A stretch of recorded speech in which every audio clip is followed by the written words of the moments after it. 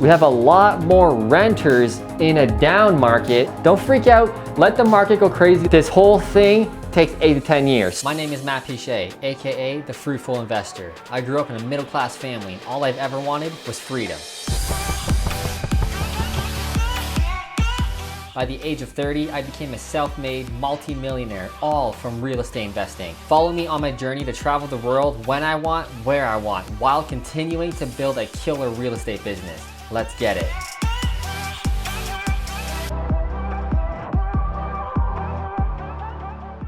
Will the market finally crash in 2020? What's up guys, it's the Fruitful Investor, and in this video, I'll be talking about what if the market does crash? How is it gonna affect us as a real estate investor, and how can you keep buying more and more real estate? So first and foremost, a lot of you might be saying, what is a market crash exactly? This is how it kind of works. This is the real estate cycle, and it does this all the time. It's very predictable. We have a lot of data on this.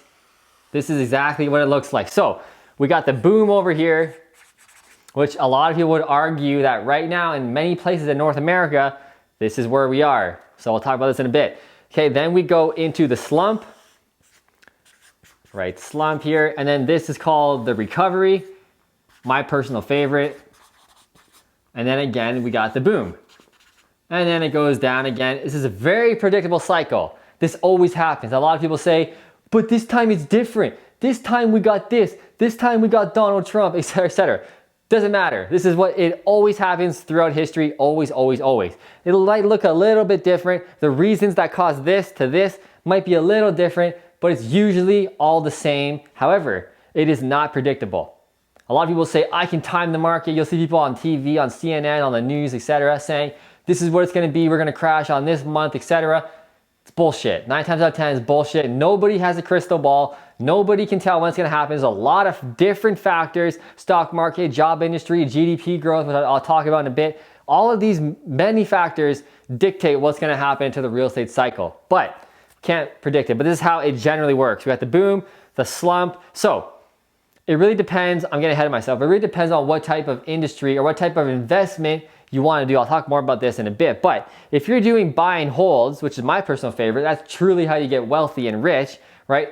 Personally for me, I like to buy right about here, okay? And then I personally buy, by the way, throughout the entire cycle, but I like to buy right here because I know that things are happening. Maybe job growth is happening, population growth is happening, the real estate market's on the way up. I don't really want to invest, well, definitely not here. We want to try and avoid that, especially if we're doing quick flips. But if you're doing buy and hold real estate, which I'll talk about in a little bit more, okay, I'm buying all the time, man. So just let me just put that out there. I'm buying all the time, it's just at the right prices. But I personally like to buy more so here when it's on the way up. So what causes this? Is there a way that we can look for the signs of what's going on? So we have two factors that kind of dictate what you should really be an expert in and know what's going on. Number one, we got the market influencers. So this basically means what the average people focus on the most. So you're gonna find these market influencers on the news, on CNN, on the news, on Fox News. They're all gonna talk about the things that influence the market, but it's not what's really pushing the market in reality. So things like this are mortgage rates. I'm just gonna talk about them. You guys always say how shitty my handwriting is. I'm not even gonna try. So we got mortgage rates are some of these things. We got elections, right, which we're going through pretty soon right now in Canada, right now, and in the US, you guys have it in about a year from me making this video, right? So elections influence the market. Oh no, is Donald Trump gonna win again? I don't wanna buy houses anymore in Florida, right? It means nothing. Donald Trump's not gonna screw the market up, but people think he will, okay? So we got, what else I got here? I'm losing my things here. People's feelings about the market, that people feel, I don't know about the jobs in this area. Again, it goes back to politics all the time. The mayor that was elected in this town, I don't know about him. I don't want to invest in this area. It's basically things that just influence the market. How long is it taking homes to sell in the market? I don't like this market right now. I'm not going to buy houses right now. Okay, it's not reality. It's not real numbers changing the market. It's people's feelings, right? The mortgage rates don't really affect the real estate market. It just affects people's psyche, which long term, it could affect the market in reality, but It's just an influencer. It's not really what's going on. What we want to look at as real estate investors, as savvy business people, is the key drivers. That's what we call them. The things that actually push the market from boom to bust, or from bust to recovery, and etc. What are the things that are pushing that? And the real numbers, the real stats that we want to look at are GDP growth. So gross domestic product. If you know what that means, that basically means what is the output of the city or the town that I'm investing in? Are they outputting products, services, exports? What's my area basically selling in layman's terms, okay? Next thing we got up, job losses, or on the positive side, job creations, right? Population growth, right? So in my area of Ontario, there's like, these are kicking ass right now in my area, and they probably will for a long time, even through the slump, which if you guys don't know, I'm investing in Kitchener-Waterloo, Ontario, Canada, 1 hour south of Toronto. If you never heard of Kitchener, I'm sure you've heard of Toronto. So pretty close to Toronto. My area, and I don't want to brag and seem like, yeah, my area is the best. It really is the best. It kicks so much ass. It's so strong. Ontario is basically the powerhouse of Canada. It's the engine of Canada for jobs and everything else, really. Sorry, out west. Just the way it is. But people are just moving here from Europe, from all over the world. We have a very diverse culture in Ontario. It's very mixed races, which is really cool for us. We like that. We're, up in Canada, we're very nice people. We like all people, etc. So we have a lot of people moving to Ontario from all over the world. It's a great hub, lots of jobs, lots of population growth. So going back, in 2008, you guys all remember that, especially you guys in the States, you had a bad slump. Here in my area, what do you think happened in my area? Nothing. We felt it a little bit, but honestly, we went right through that 2008 slump. It just didn't even bother most of Canada, especially my area of East, South Canada.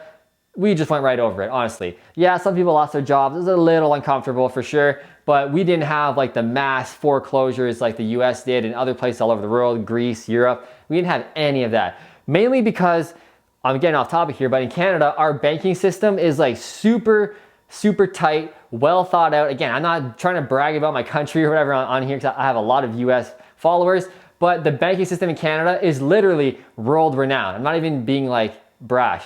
People all over, like the banks in England and Australia, they all look to Canada on how we do our banking, how do we do mortgage lending, how do we qualify our consumers, etc. It is a very high level. So a lot of people who shouldn't have bought homes never bought homes and never went through that, kind of sell-off like the US did where everybody was getting mortgages. You work at McDonald's and work 20 hours a week, yeah, sure, you can buy $1 million home. We don't have that in Canada. It's very tough to get homes. Our banking system is so tight. Anyway, we didn't really go through all of that, but the key drivers we want to look for are GDP growth, job growth, population growth, consumer debt. So going back to the Canada spiel I went on, we don't really have like an insane amount of consumer debt because our banking system is so tight. People who are getting credit cards who shouldn't, they're not really getting credit cards, they're not getting private loans or unsecured loans like they are in the majority of the world. We're super tight here in Canada. So a good place to invest. And that's, like I said, my area right now, and a lot of areas across North America have this going on, right? Life is good right now. I don't want to say, you can't really ever call where you are, but it feels like right now we're in the boom phase. Where we are, beginning, middle, end, I don't know. Nobody can know that, but we're definitely in a boom phase. Life is good almost anywhere in North America. But what are the signs? What are the things that we should look out for? So, prices going down. This is kind of like not the last thing, but the first thing that the general public will notice. Oh, the prices are going down in real estate. Things must be changing. And then this affects the psyche, as I was saying. It's kind of a market influencer, but then this just stumbles. This is kind of like the first real catalyst, and then the emotional, like, oh no, we're doomed happens, and then it just really starts to go down. But the things we want to look for before this, if I could write over here, is the GDP growth. Is the industry slowing down? Is the manufacturer in Michigan slowing down? That's kind of the first thing to look for, is the business is slowing down. If you see that happening, it's usually like 6 months to a year before you see this, right? And then it just keeps going worse and worse and worse. So if you're paying attention to the key drivers on the other thing, is GDP growth slowing down? Is the population growth going lower? Are people losing their jobs and leaving? Again, once that happens, it's usually 6 months to a year or a little more from this happening. So we want to be sophisticated and look for the signs, the key drivers of that's really pushing the market, the numbers, the jobs, the population growth, etc. But when you see prices go down in the real estate market, you know, this is what the first place that the general public sees it. You see CNN all over this stuff, right? It's too late. We're already 6 months behind, okay? Or vice versa. When the GDP growth is going up and the population growth is going up, as sophisticated investors, we get on that train. When an industry opens up and it's gonna be a long-term thing, you know, 6 months to a year after that, that's when prices shoot up. So you wanna buy kind of then, when the jobs are coming in, when the people are moving in, then you buy. We as sophisticated investors buy then. If you wait until prices go up, you're already a year late. You missed the boat, you missed the increase, right? So we wanna be sophisticated. We don't wanna try and time the market, like I said. You can't ever time the market and guess what's gonna happen. This is why you wanna just be sophisticated and buy all the time. So, I'm talking a lot here, man. How will it affect me? Let's say the market does crash. How will it affect me? Well, this is what we know.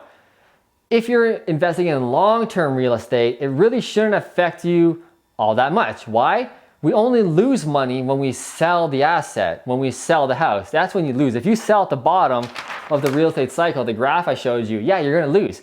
But the key thing is to buy in a good, solid area that has consistent population growth, many diverse industries, right? We don't want to buy in Flint, Michigan, where it's only manufacturing, not really anymore, but you know what I'm saying?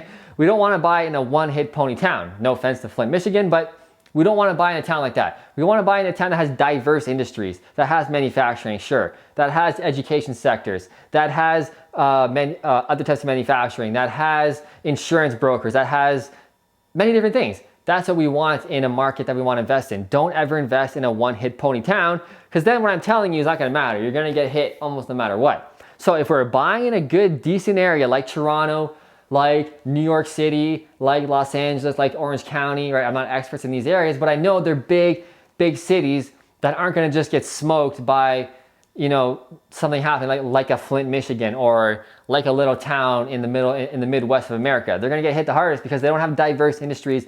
They're kind of one-hit pony towns. So how will that affect me? First thing we do know is that rental demand, not prices, but demand increases in a crash, believe it or not. Why is that? Well, it's pretty obvious. People lose their jobs. They can't maybe afford their house anymore. They got to afford a lower payment. Renting is sometimes cheaper. They lose their house. They can't afford to buy another house in the middle of a recession. Maybe that young millennial couple who's coming into a recession, which kind of sucks. They come of age, 24, 25, 26. They want to buy their first house. They can't. The job market's not very good. So what do? They rent. We have a lot more renters in a down market than we do in a boom market like right now. There's a lot more renters in a down market. So we see rental demand increase. We don't see prices increase all that much. We can, and in my market, we definitely saw that, and we still see that even in the boom phase because a lot of other factors. But there's a lot of rental demand in my area right now and in a slump, which could increase rentals, but not always. But the demand is always there. So you should always, if you're buying in a good area, have your house filled with a tenant in a slump phase. So I wouldn't sell. Don't freak out. Let the market go crazy. Let all your neighbors say, you're investing in real estate? You're a psycho. Like you're an insane. Don't invest in real estate. Yes. Hold it. Wait 3, 5, 7 years. Believe me, you will look like a genius. It happened to me. I started buying in 2012. So 4 years after the big crash, right? The worst recession that we've seen since the Great Depression apparently was 2008. I started buying in 2012. A lot of people were like, Matt, what the hell are you doing? Nobody was buying real estate. Real estate investing wasn't really that cool. I was buying little townhomes for $135,000, which in my market, that was like incredibly cheap. Right now it's 2019. That same first house I bought in 2012, that was $135,900, is now worth $350,000. That's crazy. And I've been getting cash flow the whole time, mortgage paid down the whole time. A tenant's never been empty. The house has always been full with a great tenant. I have many properties that I've bought in 2013, 2014, 2015, etc. Everybody said, Matt, you're insane. You're insane. You're insane. Look at me now. multimillionaire thanks to real estate. Not so insane. Why? I'm holding it for the long term. I'm not playing this timing the market game. I'm staying in the market, and I'll sell it in the boom cycle when I so please. So I'm not gonna sell a lot of them now. I'm gonna wait for the next one. By the way, I forgot to mention, a typical cycle from boom to the next boom is about 8 to 10 years on average. Historically, this whole thing takes 8 to 10 years. So right now we're in a boom phase for sure. So it seems like, well, it's inevitable that we're gonna go into the next slump. It's gonna happen.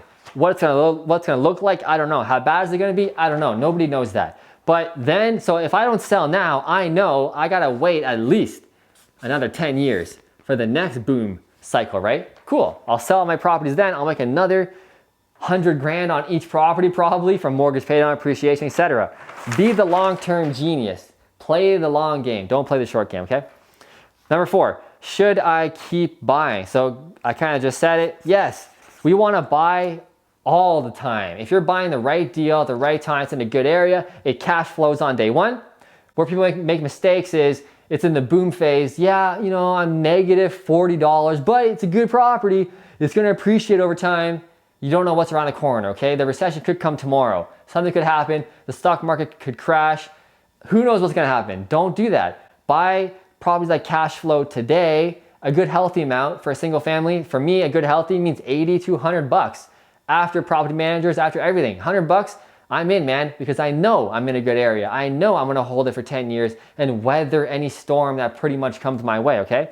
So keep buying. So the goal of real estate investing never ends. The strategies might change a little bit. So in a slump phase, are we gonna flip properties from here to here?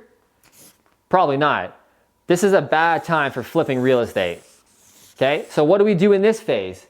We don't really flip properties anymore. We buy low market properties from motivated sellers who are in rough shit from life, you know, sorry. We're buying properties here and we're gonna hold them as rental properties. And when are we gonna sell these properties? Here, right? So if we're in this market, which we are right now, this is a great still market to buy rental properties that make sense, that cash flow, like I said. So we'll continue to buy rental properties. The theme is we're buying rental properties anytime, as long as they cash flow in their good areas. But can we flip real estate from here to here? Give or take? Yeah, this is prime flip territory.